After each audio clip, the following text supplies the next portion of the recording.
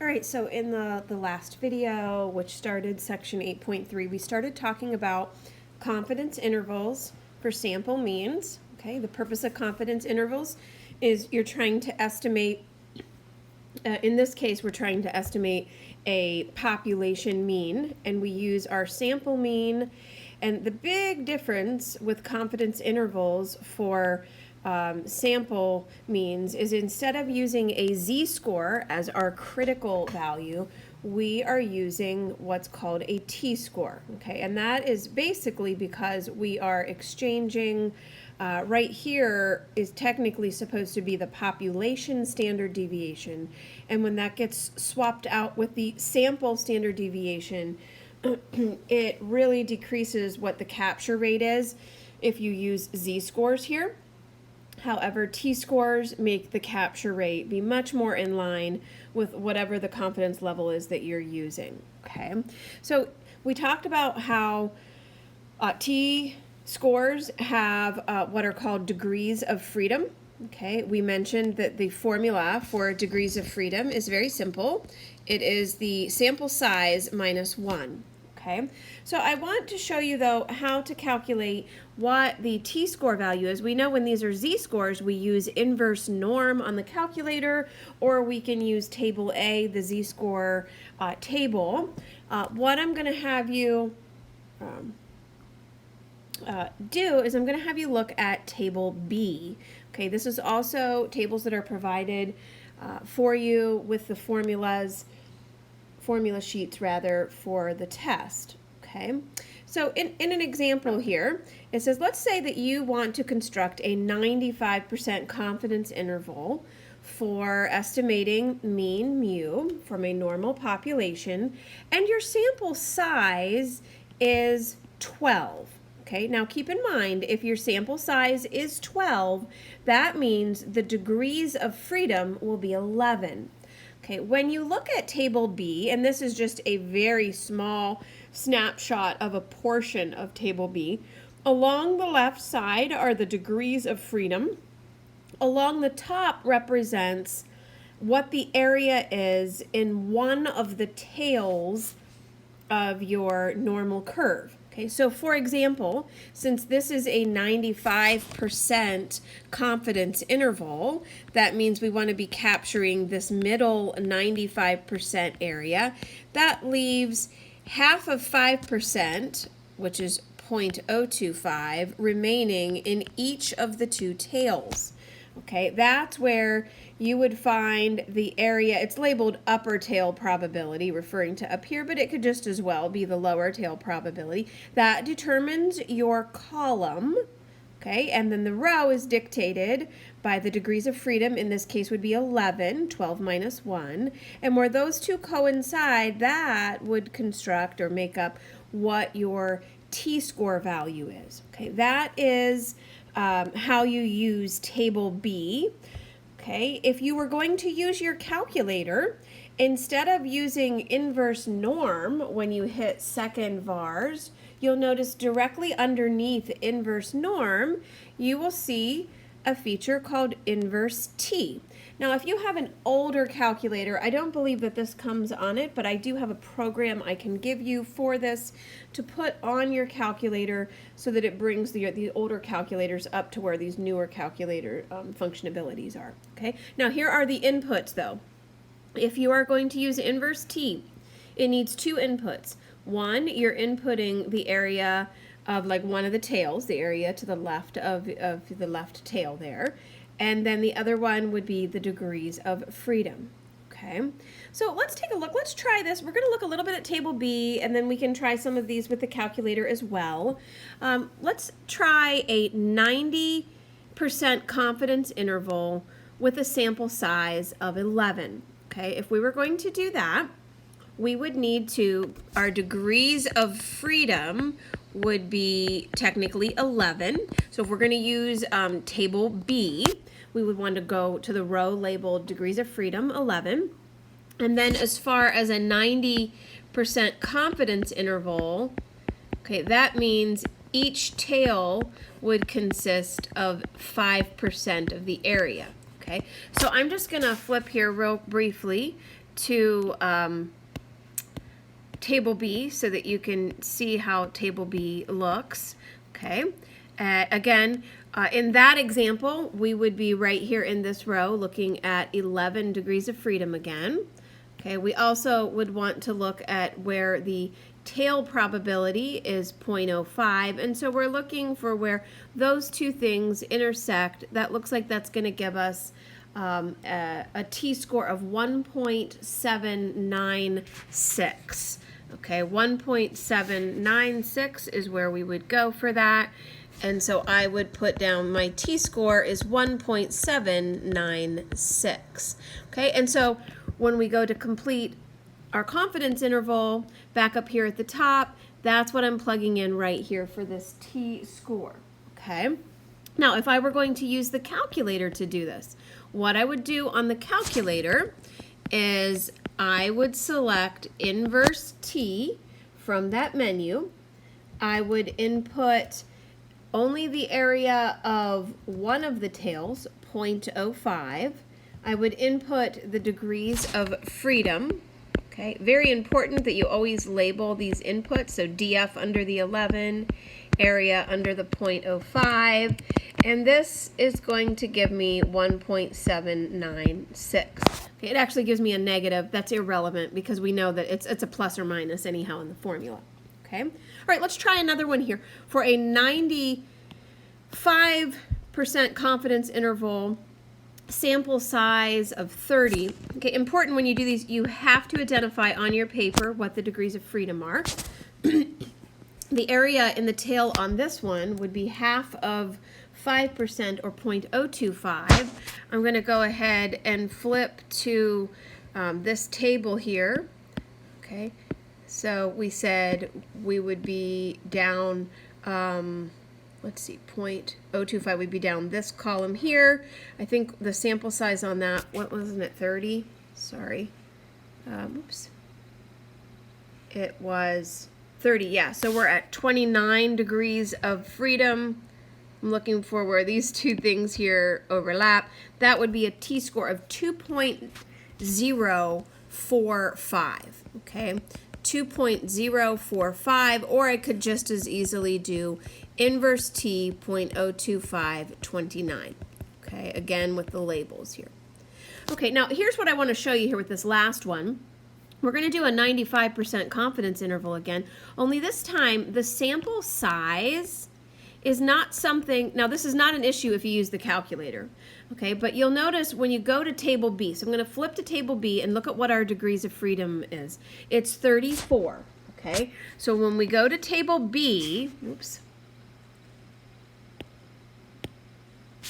okay, let me just get rid of this. You'll notice there is no column for 34.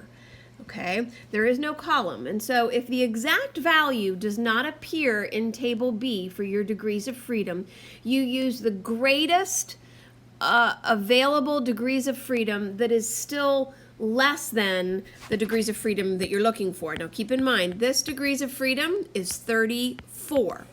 Okay, I don't see 34. My choices are 40 or 30. I cannot choose a degree of freedom higher than the one I'm looking for, so I have to stay under. I would definitely be in this column here and the 30 row, and then I'm still down this column here because it's a 95% confidence interval. This right here would be what I would end up pulling from the table. If I did the calculator would actually give me on the calculator, if I did inverse t, okay, and I'd be using half of that, degrees of freedom 34, gives me a slightly different t-score, and that's because the calculator is not using degrees of freedom of 30, the calculator is using degrees of freedom of 34. Okay, so it's actually a little more precise to use the calculator, but this would totally be acceptable for you to use 2.042 on like as your t-score. Okay, so that or the one you get from the calculator, which is 2.032, either of those are completely acceptable.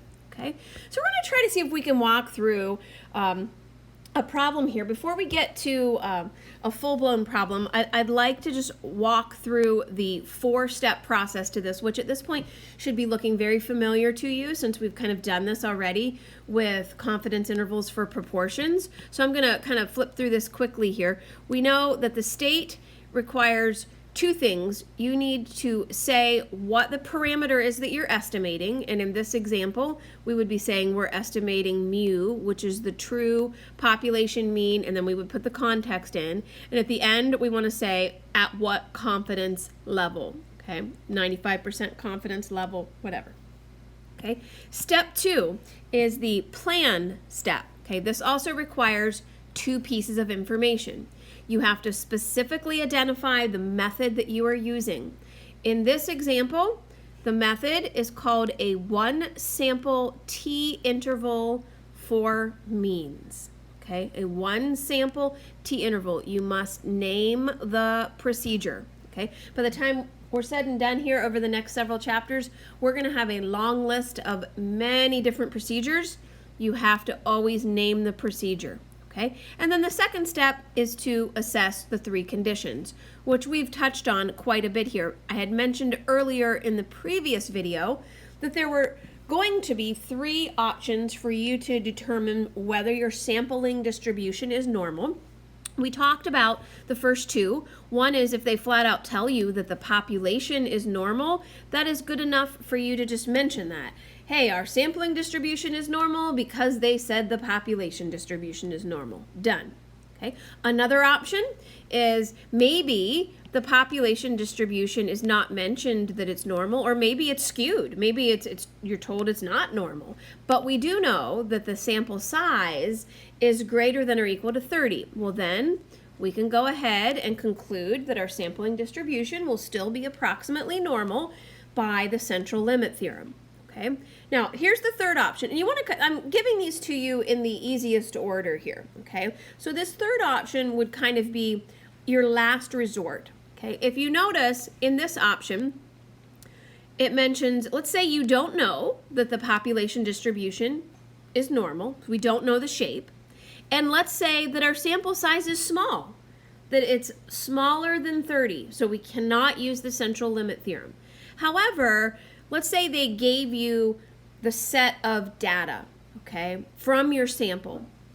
If you were to analyze the shape of your sample data, okay, and you notice that it does not have any strong skewness or any outliers, and you would know this because you would either make a histogram, a box plot, or a normal probability plot, and that's what we have pictured down here. Okay, the very important piece here is you have to copy whatever graph you're making from your sample data onto your paper. And if there is no strong skewness, then you can go ahead and conclude that your sampling distribution is normal. Okay, however, if there is skewness, very strong skewness, there can be mild skewness, but if there's strong skewness or outliers, then this condition is not met, and technically you should not proceed further. Okay. Now, I'll just mention one thing with a normal probability plot. Those, which we'll talk through here, a refresher as to how to make those. Those are supposed to be linear. Okay, so if they would happen to have some type of a curve or a hook to them, that is when that is showing you that there's definitely skewness involved. Okay. The third step is the do step. That's when we actually use the formula, okay, with the plus or minus. And then in the end, we've done this many times. This is when we conclude. We want to conclude in context using this template here that we've done many, many times. Okay. So when you are doing this, I will just give you this tip that there is on the AP exam, if you are going to calculate a confidence interval, all of your conditions have to be met. Okay. I mean, in theory, if you've got conditions that are not met, you really should not be moving forward at all with constructing a confidence interval. Okay. You cannot simply say, hey, all the conditions are met. You have to check off each one and show evidence that each one is met. And if you find a condition that is not met, and here's what I will say, they're not going to give you a full-blown free response question on the AP test where one of the conditions is not met and they're expecting you to just stop halfway through the problem and like not complete it. The safest thing for you to do is to mention that the condition is not met and just go ahead and say, I'm going to finish this problem with caution, but it is very likely that you made some mistake with the conclusion that you drew. Never leave a problem unfinished. Okay. And so what we're going to do here just to wrap up this video is we're going to take a look at an example of some of these one sample t intervals where we're not told that the sample or that the population distribution is normal. The sample sizes are, maybe we could do the central limit theorem, maybe we can't. Let's see if we can incite one of these three possibilities for us saying whether the sampling distribution is normal or not. Okay, so in part A, it says we want to estimate the average time in minutes to order and receive a regular coffee at a local coffee shop. The time for, here we go, our sample size, very small, so we cannot use the central limit theorem. The time for 5 randomly selected visits to a local coffee shop are shown in the dot plot. Okay, well, we can't use the central limit theorem. They do not tell us that the population distribution is normal. And I'm looking now at a dot plot of my sample data, and it's looking like there is a pretty strong outlier all the way over there. And so I'm going to say, no, this is not normal. The sampling distribution would not be normal. And I'm going to say because the sample distribution has an outlier. Okay? If you look down here at the second example, this is mentioning we want to estimate the average height of high school students. The box plot below is showing 100 randomly selected students. Now, notice, this also has outliers, but here's the catch. Even though there are outliers in this sample distribution for our box plot, look at what the sample size is. We can go ahead and conclude that this sampling distribution would be approximately normal because our sample size is 100, which is greater than or equal to 30. The central limit theorem is trumping the fact that, yes, there are a couple outliers there, but our sample size was big enough to take care of that. Okay, and we're going to just look at this last one here, and this is a good place for us to stop. Here again, notice the sample size too small to do the central limit theorem. This does not mention anything here about the population distribution being normal, but I'm not seeing like any weird outliers here in this sample distribution. So I'm going to say yes, I can probably conclude that the sampling distribution would be approximately normal because the sample distribution, okay, that means just the graph of just my small sample of 20, shows no extreme skewness or outliers. Okay, all right, we will pick up on the next video.